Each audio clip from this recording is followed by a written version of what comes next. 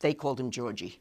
I called him Uncle George. As a young man, New Jersey native George Cerrito wanted nothing more than to serve his country. When World War II broke out, all of his brothers and all of his first cousins, and there were a bunch of them, were all drafted. He was too old. He really wanted to serve.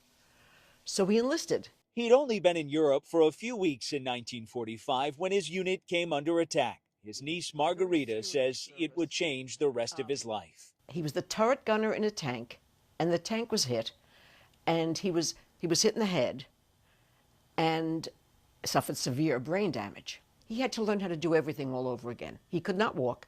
He could not talk. George received a Purple Heart for his brave service. Well, he was very proud of it. That I can tell you for sure.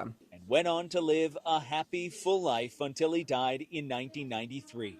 He had no wife, no kids, and when the family home was eventually sold, his war medals were nowhere to be found. But then a few weeks ago, the family was contacted by a nonprofit based in Vermont.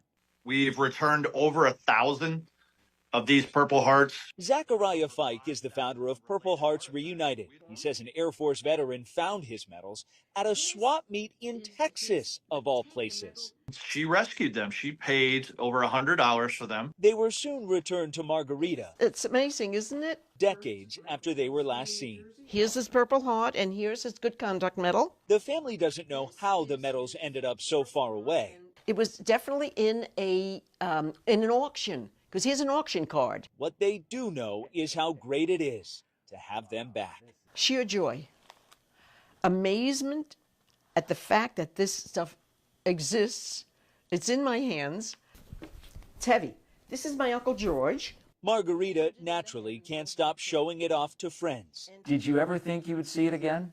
No. A piece of her family's history, finally back home. We have to put it someplace where everybody can see it and appreciate what he did for us, what he gave up for us.